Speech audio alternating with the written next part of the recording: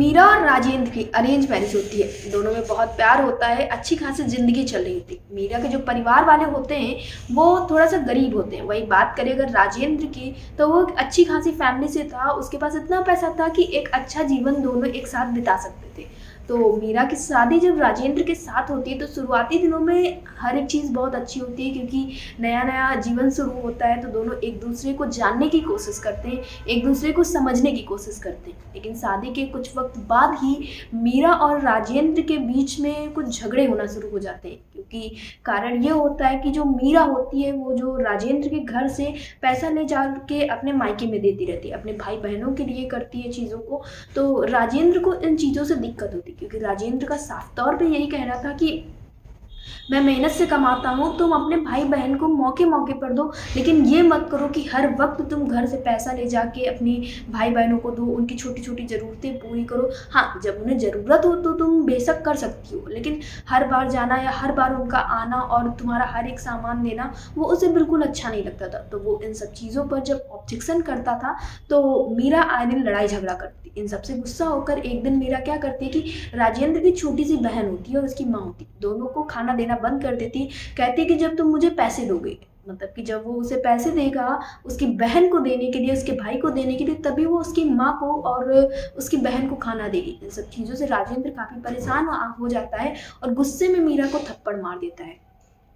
बात करें अगर मीरा की, तो मीरा एक बहुत ही खूबसूरत लड़की थी, अच्छी भली पढ़ी लिखी लड़की थी। जब वो उसे थप्पड़ मार देता है तो उसको आहत हो जाती है और वो घर छोड़कर बाहर चली जाती है। वो रात का वक़्त होता है, वो बाहर जाती है और एक जंगल की तरफ चलने लगती है। जब वो जंगल की तरफ जाती है तो उसकी आँख में कुछ कीड़ा पड़ जाता है, जिसकी वजह से उसकी आँखों में दर्द होने लगता है और वो वहीं पे गिर जाती है। कुछ वक़्त तक जब वो घर लौट के नहीं आती है तो राजेंद्र जाता है और उसे ढूँढ के लाता है। तो वो भी उसी रास्ते से जाता है तो देखता है मीरा वहाँ पर गिरी पड़ी होती है। वो मीरा को उठाकर लेकर आता है, डॉक्टर को दिखाता है, तो डॉक्टर बताते हैं कि इसे किसी जहरीले कीड़े ने काट लिया है, जिस वजह से इसके अंदर ज़हर फैल गया है, इसका इलाज करना पड़ेगा। तो 1 हफ्ते तक मीरा उस अस्पताल में एडमिट रहती है और फिर उसका जब पूरी तरह से वो ठीक हो जाती है, लेकिन जब वो ठीक होती है तो वो अपनी आँखों से कुछ देख नहीं सकती, क्योंकि जो कीड़ा उसे काटा था उसे आँख में काट लिया था, जिसकी वजह से उसकी आँखों की रोशनी चली जाती है और उसके शरीर में ज़हर फैल जाता है।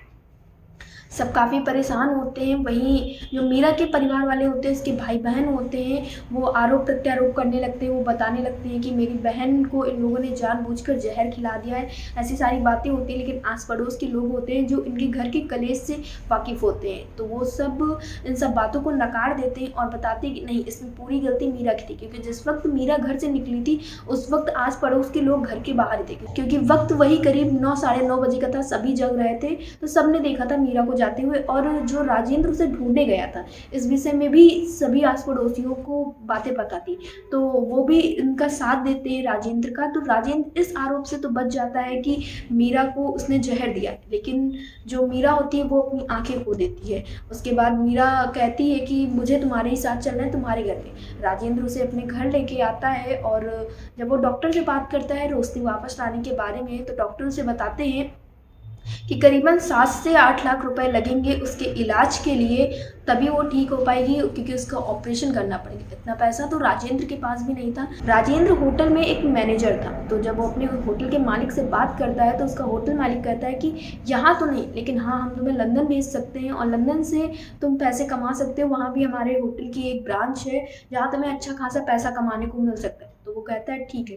इस बीच में जो राजेंद्र होता है वो लंदन चला जाता है। वहीं जो मीरा होती है, आँखों की रोशनी खोने के बाद भी उसकी माँ को, उसकी बहन को परेशान करने से बाज नहीं आती। वो लगातार उनको परेशान करती रहती है और फिर वो एक दिन अपने मायके चली जाती है। और जो राजेंद्र है वो लंदन से जब पैसा भेजता है तो वो मीरा के अकाउंट पे ही भेजता रहता है और वो सारे पैसे उड़ाती रहती है और अपनी आँखों की तरफ ध्यान तक नहीं देती। जब 2 साल बाद करीब राजेंद्र लौट के आता है, तो जब वो घर जाता है तो वो देखता है कि मीरा घर पे नहीं होती है। और उस टाइम पे जो मीरा थी वो अपने पति से तो बात करती थी, लेकिन जब भी राजेंद्र कहता था माँ से बात कराओ या बहन से बात कराओ, तो वो किसी न किसी तरीके से टाल देती थी।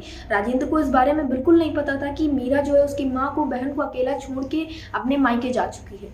तो ये सारी चीज़ें होती हैं। जब राजेंद्र लौट के आता, अपने घर जाता है, तो देखता है मीरा घर पे नहीं होती। तो वो अपनी माँ से पूछता है कि माँ, मीरा कहाँ गई है? तो उसकी माँ जो होती है वो बताती है कि मीरा तो उसके जाने के बाद ही से अपने मायके चली गई है। तो वो सारी बातें बताता है कि वो किस तरह से उसे रोज़ाना पैसे भेजता था, दवा का पैसा भेजता था, अपनी बहन की पढ़ाई लिखाई का पैसा भेजता था।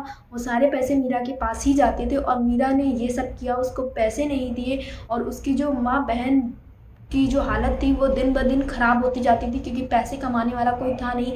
माँ आसपास मजदूरी करके पैसा कमाती थी, क्योंकि उन्हें भी इस बारे में कुछ आइडिया नहीं था कि राजेंद्र पैसा भेज रहा है नहीं भेज रहा है, और बातचीत करने का भी कोई साधन नहीं था, क्योंकि जो राजेंद्र का लंदन वाला फ़ोन नंबर था वो आस पड़ोस में भी किसी के पास नहीं था, वो सिर्फ था तो मीरा के पास था।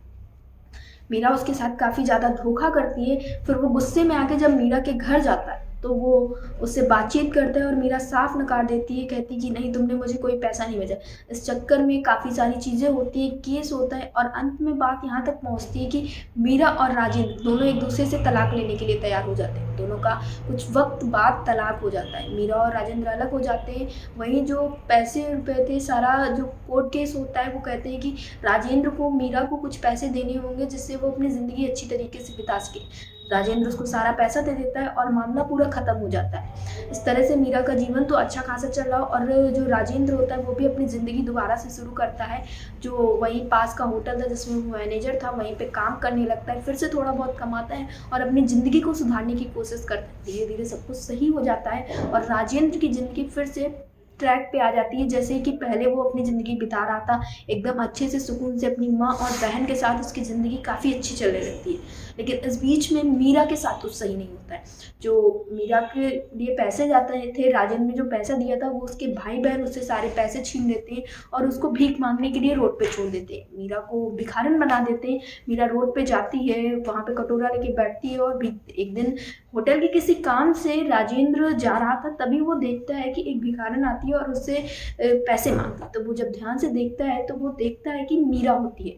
ये देखकर वो एकदम अचंभित हो जाता है और उससे बताता है कि मैं तुम्हारा पति हूँ जिससे तुम्हारा तलाक हो चुका है। और तब मीरा उसकी आवाज़ सुनकर एकदम रोने भी लगने लगती है। इस बीच में मीरा कहती है कि मुझे माफ़ कर दो, मुझे तुम्हारे साथ रहना है, लेकिन राजेंद्र साफ तौर पर इनकार कर देता है। इस वक्त तक भी मीरा का कोई इलाज नहीं होता, जबकि राजेंद्र ने जब उसको कोर्ट से पैसे दिलवाए थे, उसके शादी ब्याह में जितना पैसा लगा था वो सारा दिलवाया था, तो कोर्ट ने ये भी कहा था इसके इलाज के लिए भी तुम्हें पैसे देने। तो उसके लिए उसने 8 लाख रुपए अलग से दिए थे, वही 3-4 लाख रुपए और दिए थे, करीबन 12 से 13 लाख रुपए थे, जो कि उसके भाई बहन ने सारे पैसे उड़ा दिए और मीरा का इलाज तक नहीं कराया और मीरा को दर दर भटकने के लिए छोड़ दिया था।